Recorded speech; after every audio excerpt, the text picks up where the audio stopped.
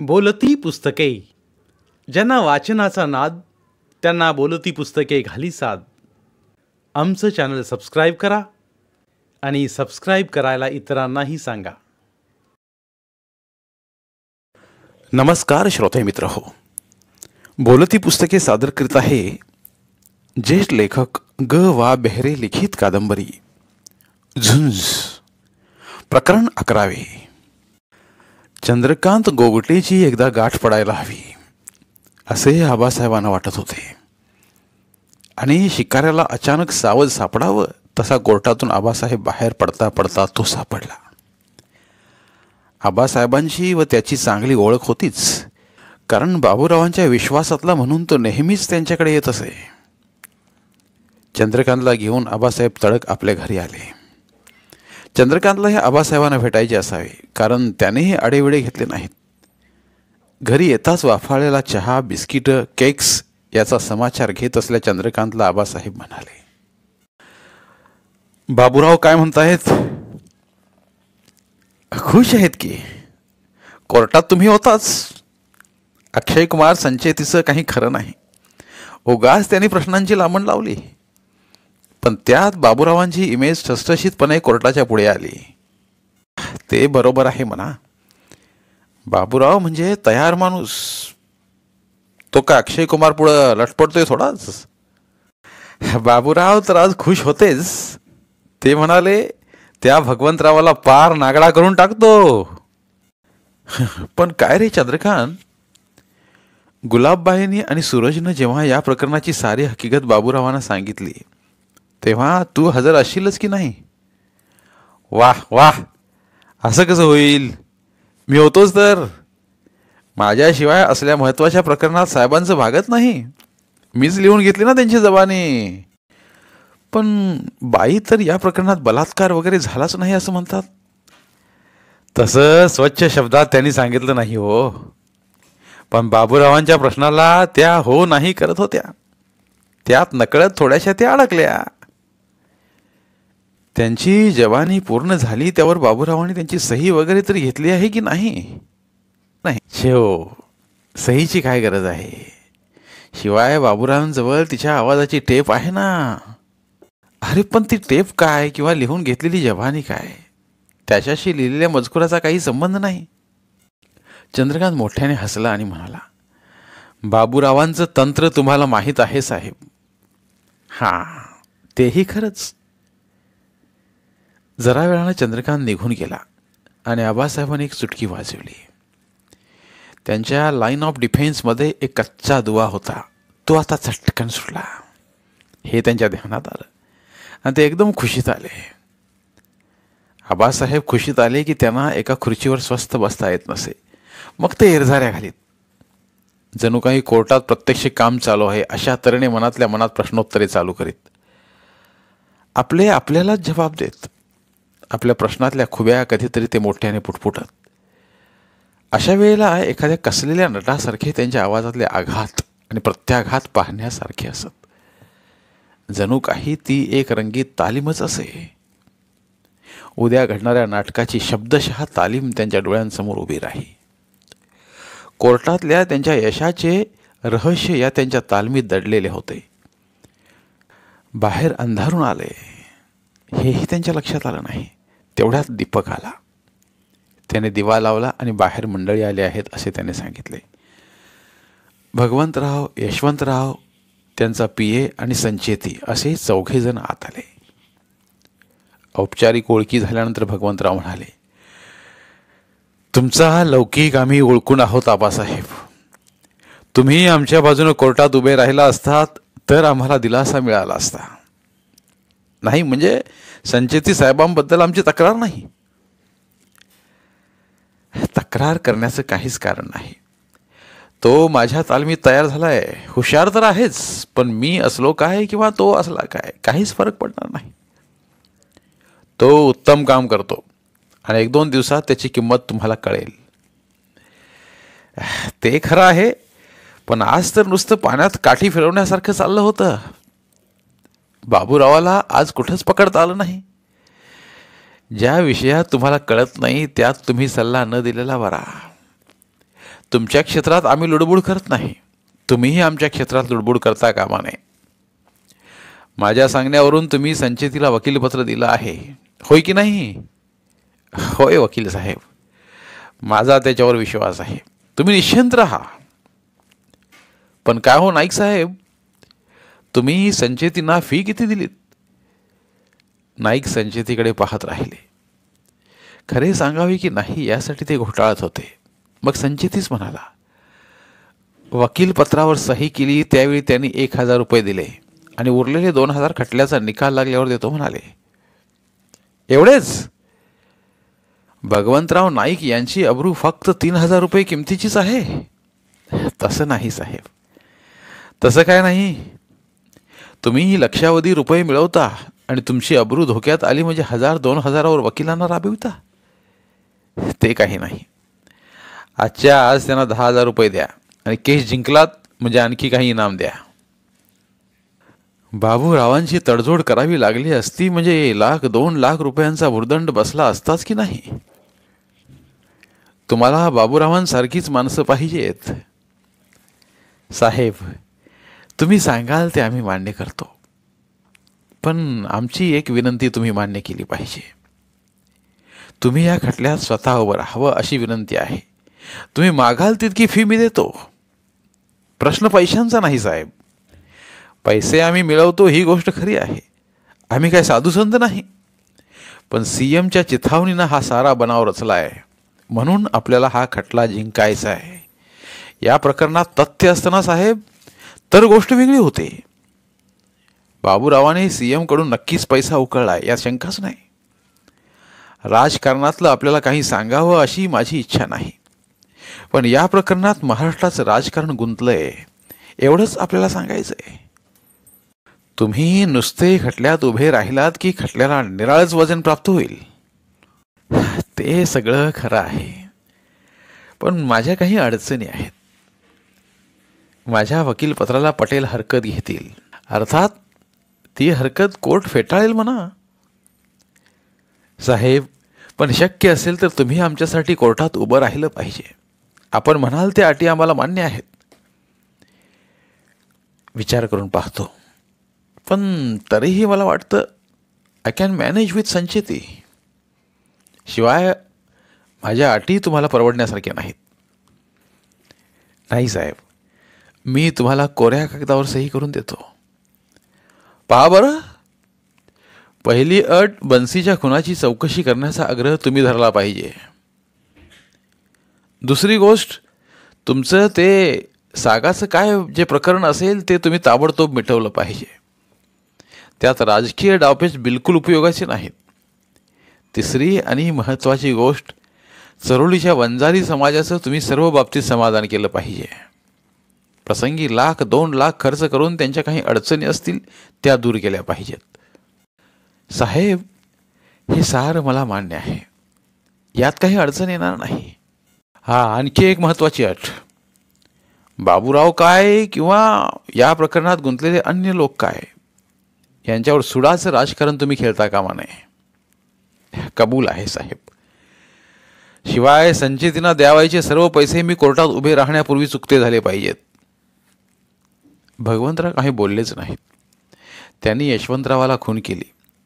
यशवंतरावाने briefcase उघडली आणि हजारांची काही बंडले टेबलावर ठेवली. समाधानाने त्याकडे पाहत भगवंतराव म्हणाले, साहेब, आपली फी किती तेही सांगा. भगवंतराव, पैशाशिवाय तुम्हाला काही दिसतच नाही का? पण या खटल्यात मला काहीही नको. खटला जिंकल्यानंतर कोणत्या संस्थेला पैसे द्यायचे हे मी तुम्हाला सांगतो. वाटलं तर तुम्ही ते द्या, नाहीतर देऊ नका, तो तुमचा प्रश्न. मग साहेब, मी बहुतेक उभा राहीन. नाम मात्र 1 रुपया वकील फी द्या. पावती घ्या आणि संचितीजवळ वकीलपत्रावर सही करून द्या. दुसऱ्या दिवशी कोर्ट सुरू होण्यापूर्वी नायकांच्या वतीने आबासाहेब खरे वकील कोर्टात हजर होत आहेत ही बातमी बाररूममध्ये पसरली. कोर्टात आबासाहेब आले तेव्हा येता क्षणीच ते पटेलला म्हणाले, माझ्या वकीलपत्राला कदाचित तू आक्षेप घेशील. नाही, मी आक्षेप घेत नाही, कारण मला माहीत आहे की कोर्ट ते ओव्हररूल करेल. मात्र या बाबतीत बाबूरावांचा राग त्यांच्या डोळ्यात मावत नव्हता आणि तो राग पाहून आबासाहेब मनातून खुश झाले.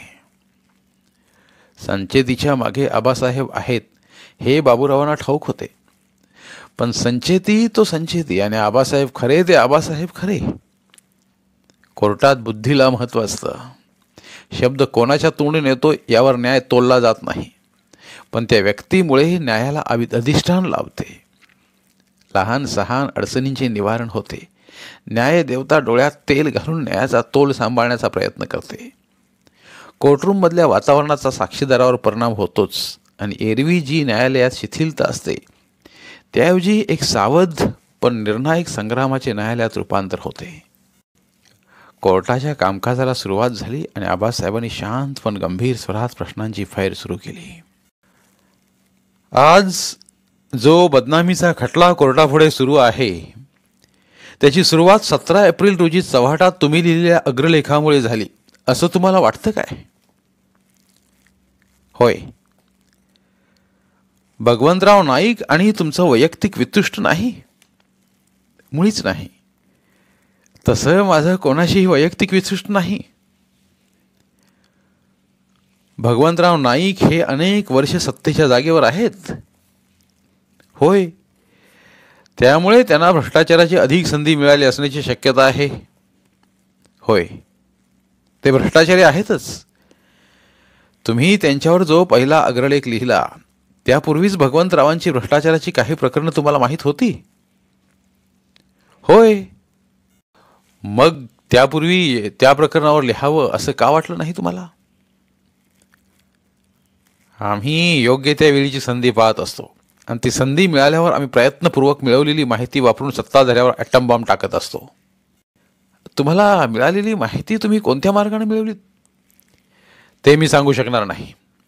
ते बरोबर आहे. सोर्स ऑफ इन्फॉर्मेशन सांगण्याची तुमच्यावर जबाबदारी नाही, पण जी माहिती मिळते त्या माहितीची सत्यता पडताळून पाहण्यासाठी तुम्ही काय करता? योग्य त्या माणसाकडे माणूस पाठवून सत्यता पडताळून पाहतो. मूळ कागदपत्रांच्या फोटोस्टॅट कॉपीज मिळवतो. या कामी तुम्हाला सरकारी अधिकाऱ्यांचा उपयोग होतो? हो, कधी कधी होतो. सरकारी फाईलीतील कागदपत्रांच्या सर्टिफाईड नकला मिळवण्यासाठी तुम्हाला खर्च खूप करावा लागत असेल. असंच काही नाही. पुष्कळ वेळा आमच्याकडे पुराव्यासहित प्रकरणं आणून दिली जातात, पण काही वेळेला आम्हाला माणसे पाठवून, कधी दाबादाबी करून, कधी धाक दाखवून कागदपत्र मिळवावी लागतात.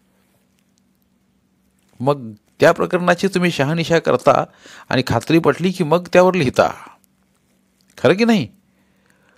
होय. कधी कधी अडचणीची प्रकरण असली तर तुम्ही कायद्याचा सल्ला निष्णात वकिलाकडून घेत असाल? घेतो. त्यांचा सल्ला समजा हे प्रकरण कायद्याच्या कक्षेत बसणार नाही असा असला तरी तुम्ही या प्रकरणावर लिहिण्याचं काही थांबवत नाही?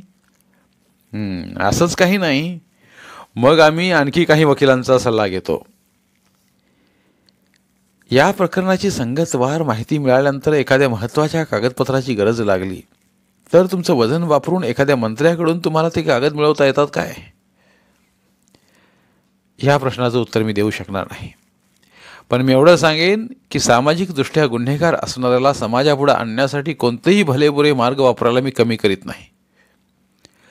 नाही, तसा तुमचा लौकिक आहेच, पण मिळालेल्या माहितीत तुम्ही पदरची काही भर घालता की नाही? मुळीच नाही. तशी गरजच पडत नाही. एखादं प्रकरण आकर्षक करण्यासाठी थोडी अतिशयोक्तीची भाषा, भडक वाक्प्रचार, थोडी अतिरेकी विधानं करावी लागतात की नाही? सत्याला धक्का न लावता मजकूर रंजक करणं हे आमचे कर्तव्यच आहे. ते मी जरूर करतो.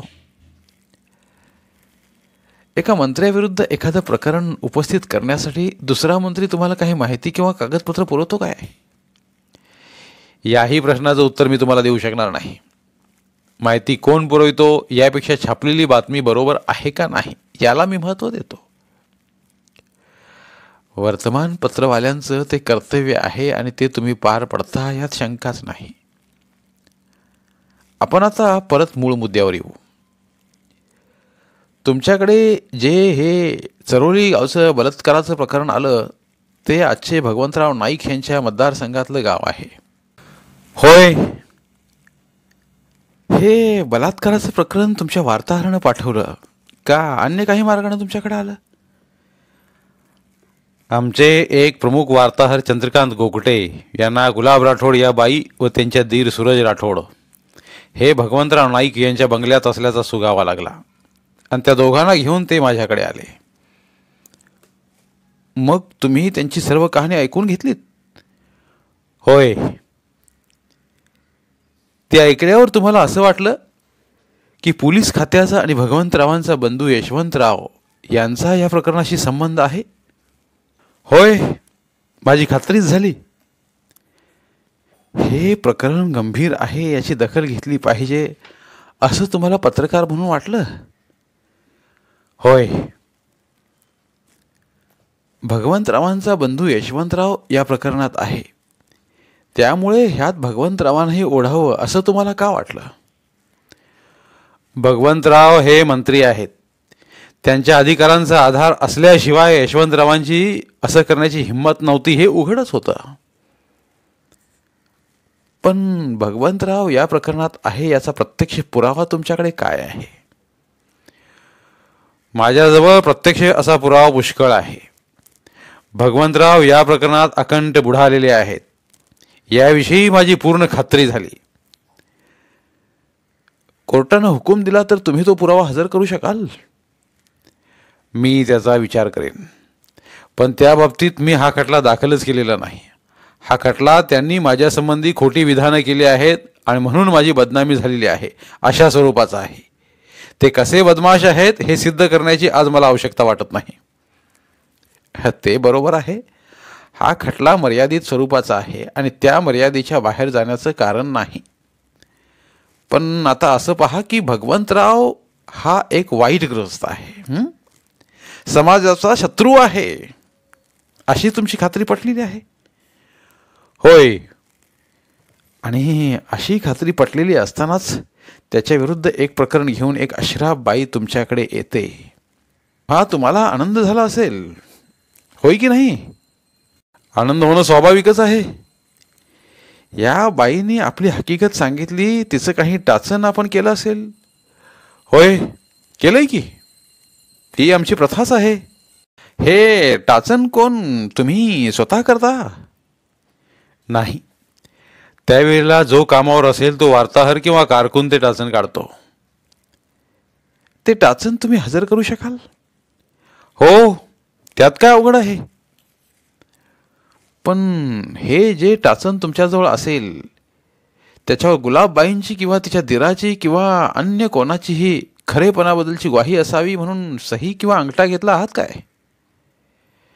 त्याची काही गरज नाही, कारण आपण होऊन माझ्याकडे माहिती देण्यासाठी आलेली माणसं मला खोटं कशाला सांगतील? ते बरोबर आहे. पण असं पहा की उद्या त्यांची इथं कोर्टात साक्ष झाली आणि त्यांनी सांगितलं की आम्ही काही बोललोच नाही आणि संपादकांनी कल्पित गोष्ट रचून लिहिली आहे, मग तुम्ही काय करणार? त्याची मला भीती नाही, कारण मी तेव्हाच सगळं संभाषण टेप करून ठेवलं आहे. मग ते टेपही कोर्टात हजर करू शकाल? सहज. किती वेळा तो पुरावा तुम्ही हजर करू शकाल? मला कल्पना होती म्हणून मी त्या गोष्टी बरोबरच आणलेल्या आहेत.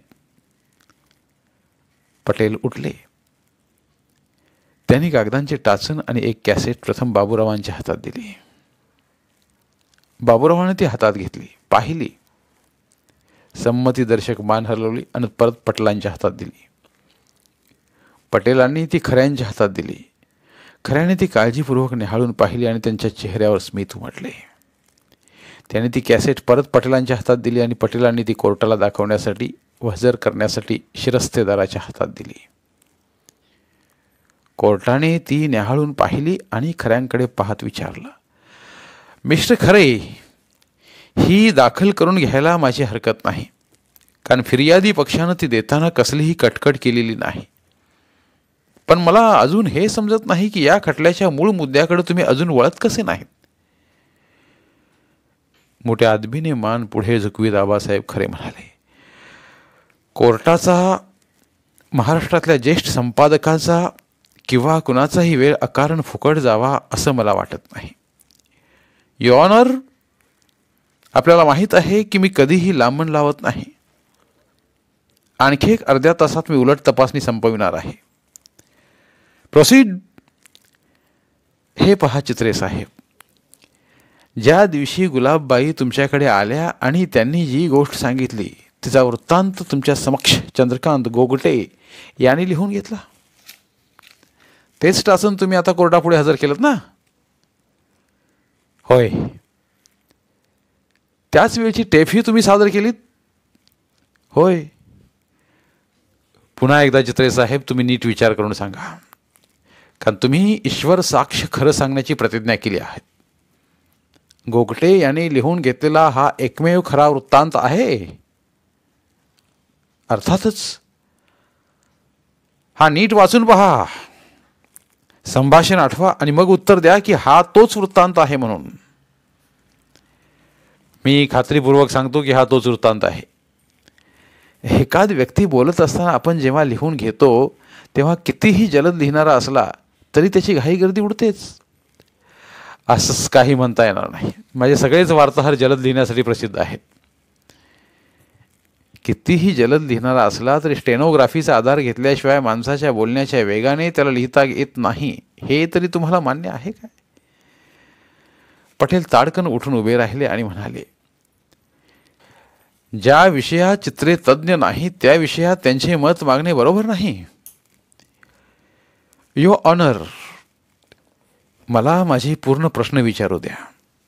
जर त्यात आक्षेपार्ह काही आढळलं तर तो सारा भाग कोर्टाच्या कामकाजातून काढून टाकण्याची माझ्या वकील मित्रांनी सूचना करावी, पण सत्य शोधण्याच्या माझ्या प्रयत्नात व्यत्यय आणू नये. ऑब्जेक्शन ओव्हररूल. प्रोसीड. असं पहा चित्रे साहेब, तुम्ही सर्व मजकूर डिक्टेट करता तेव्हा लिहिणारा सावकाश घेऊ शकतो, कारण तुम्ही सावकाश सांगता. होय, बरोबर. ज्या वेळेला तुम्ही गुलाबबाईंशी प्रश्नोत्तरे करीत होतात त्यावेळेला तुमचं नैसर्गिक संभाषण चालू होतं. ते संभाषण इतक्या स्वच्छ व स्पष्ट शब्दात लिहून घेणं शक्य आहे काय? शक्य आहे. त्याचं प्रात्यक्षिक केलं तर तुमची हरकत आहे? माझी मुळीच हरकत नाही. हे उत्तर देताना बाबूरावांचा चेहरा उतरला. या सगळ्या उहापोहानंतर मी तुम्हाला प्रश्न विचारतो पुन्हा. तुमचं आणि गुलाबबाईंचं संभाषण चालू असताना केलेलं टाचन ते हेच आहे ना? का ते टाचन वेगळं होतं आणि हे टाचन वेगळं आहे? हे तेच टाचन आहे. तुम्हाला कायद्याची पूर्णपणे कल्पना दिली पाहिजे. तुम्ही प्रतिज्ञेवर सांगताय, कागदपत्र पाहून सांगताय की मूळचं टाचन ते हेच. पण जर तुमचं हे विधान खोटं ठरलं तर कोर्टापुढं तुम्ही खोटी साक्ष दिली असं होईल. याची तुम्हाला कल्पना आहे? होय. तरीही तुम्ही तेच विधान पुन्हा पुन्हा करता आहात? होय, कारण मला त्याबद्दल खात्री आहे. आबासाहेबांनी मुद्दाम दिरंगाई करत आपली ब्रीफकेस उघडली, त्यातून एक टेप काढली, ती आपल्यासमोर ठेवली आणि 7-8 कागदांचा एक जुडगा काढला. बाबूरावांना तो दिसेल इतक्या जवळ नेला आणि त्यांनी त्यांना कठोर आवाजात प्रश्न केला. मूळ टाचन आणि टेप मी काही काळानंतर कोर्टापुढे हजर करीन, पण तुम्हाला एक संधी द्यावी म्हणून विचारतो. तुम्ही गोगटेंकडून तुम्हाला हवा तसा वृत्तांत नंतर लिहून घेतलात आणि टेप ही एडिट करून घेतलीत, ही गोष्ट खरी आहे का? नीट विचार करून उत्तर द्या. बाबूरावांनी पटेलांना आपल्याजवळ येण्याची खूण केली आणि त्याच्या कानाशी ते काहीतरी पुटपुटले. त्याबरोबर पटेल कोर्टाला उद्देशून म्हणाले, मिलॉर्ड, फिर्यादीच्या ताब्यातील टेप आणि कागद आरोपीने पळवून पैदा केलेले दिसतात. त्यांना कायदेशीर मालकी दाखवल्याशिवाय ते कोर्टात हजर करता येणार नाहीत. शांतपणे आबासाहेब खरे म्हणाले, मिलॉर्ड, मी अजूनही कोर्टात काहीही हजर केलेलं नाही. मी कोर्टात ह्या गोष्टी जेव्हा हजर करेन तेव्हा माझे वकील मित्र आक्षेप घेऊ शकतील. ज्याच्याकडून मला हे कागद आणि टेप मिळाली त्या व्यक्तीला मी कोर्टात साक्षीदार म्हणून हजर करेन आणि तिच्यामार्फत योग्य त्या वेळेला हा पुरावा हजर होईल. फिर्यादीची साक्ष पुन्हा होणार नाही, म्हणून फिर्यादीकडून कायद्याच्या कक्षेत जेवढी माहिती आहे तेवढी मिळवित आहे. ऑब्जेक्शन ओव्हररूल. प्रोसेड. मिलॉर्ड, शिवाय फिर्यादीनं प्रतिज्ञेवर सांगितलेलं आहे की मूळ कागद आणि टेप केलेली कॅसेट त्याच्याजवळच आहे. मग मी दाखल करत असलेलं टाचन आणि टेप या गोष्टीवर त्याची मालकी असूच शकत नाही. एकतर तो खोटं बोलतो किंवा या गोष्टी त्याच्या मालकीच्या तरी नाहीत. बाबूराव चांगलेच हादरले. त्यांचे सारे शहाणपण संपुष्टात आले. आपल्या बंदिस्त तिजोरीतून मूळ कागदपत्र आणि टेप आबासाहेबांनी मिळवली होती यात शंकाच नाही, अशी त्यांची खात्री पडली. चव्हाटाच्या कचेरीतील कितीतरी लोक आबासाहेबांच्या ओळखीचे होते. त्यांच्यापैकी कोणाचे तरी हे कृत्य असावे. गोऱ्या मोऱ्या झाल्या पटेलांना पुन्हा बोलावून त्यांच्या कानात बाबूराव बराच वेळ बोलत होते. पटेल उभे राहिले आणि म्हणाले, मिलॉर्ड, आपण परवानगी दिलीत तर हा खटला काढून घ्यायची आमची इच्छा आहे. मी खटला पुढे चालू ठेवण्याचा आग्रह धरणार नाही, पण कोर्टापुढे प्रतिज्ञेवर खोटी साक्ष दिली गेल्याचा ओहापोह झाला त्याचा मला विचार करावा लागेल. तुमचं काय म्हणणं आहे मिस्टर खरे? विना अट फिर्याद काढून घेणार असतील भगवंतराव नाईक, यशवंतराव नाईक, गुलाब, सूरज राठोड आणि जनशक्ती दैनिकाचे संपादक यांच्यावर पुन्हा काहीही न लिहिण्याचं फिर्यादी आश्वासन देत असेल तर फिर्याद काढून घ्यायला आमची मुळीच हरकत नाही. आरोपी मात्र कोणतीही हमी द्यायला तयार नाहीत, हे लक्षात ठेवावे. मॅजिस्ट्रेट तांबे हसले. खटला संपलेला आहे हे त्यांच्या लक्षात आले. पटेल आणि बाबूराव यांनी आपापसात काही बातचीत केली आणि पटेल अर्जसुद्धा लिहू लागले. कोर्टाने अर्जाला मंजुरी दिली. कोर्टातल्या ह्या अनपेक्षित चित्तथरारक नाट्यामुळे सारा वकील वर्ग, प्रेक्षक आणि सूचना दिल्यामुळे आलेले भगवंतराव, यशवंतराव सारेच हर्षभरीत झाले. खालच्या मानेने बाबूराव निघूनही गेले. वकिलांच्या गर्दीसह आबासाहेब कोर्टरूमच्या बाहेर पडले. धन्यवाद. उर्वरित कादंबरी पुढील भागात.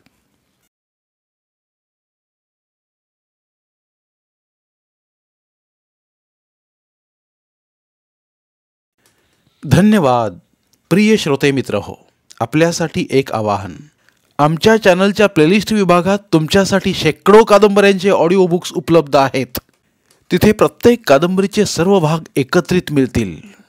त्यामुळे सध्या सुरू असलेल्या क्रमशः कादंबरीच्या पुढील भागासाठी वाट पाहण्याची गरज नाही. तुमच्या वेळेनुसार तुम्ही संपूर्ण कादंबरी सलगपणे ऐकू शकतात आणि साहित्याचा आस्वाद घेऊ शकता. कृपया आमच्या चॅनलच्या होमपेजवर जाऊन प्लेलिस्ट चेक करा आणि तुमची आवडती कादंबरी निवडा. धन्यवाद.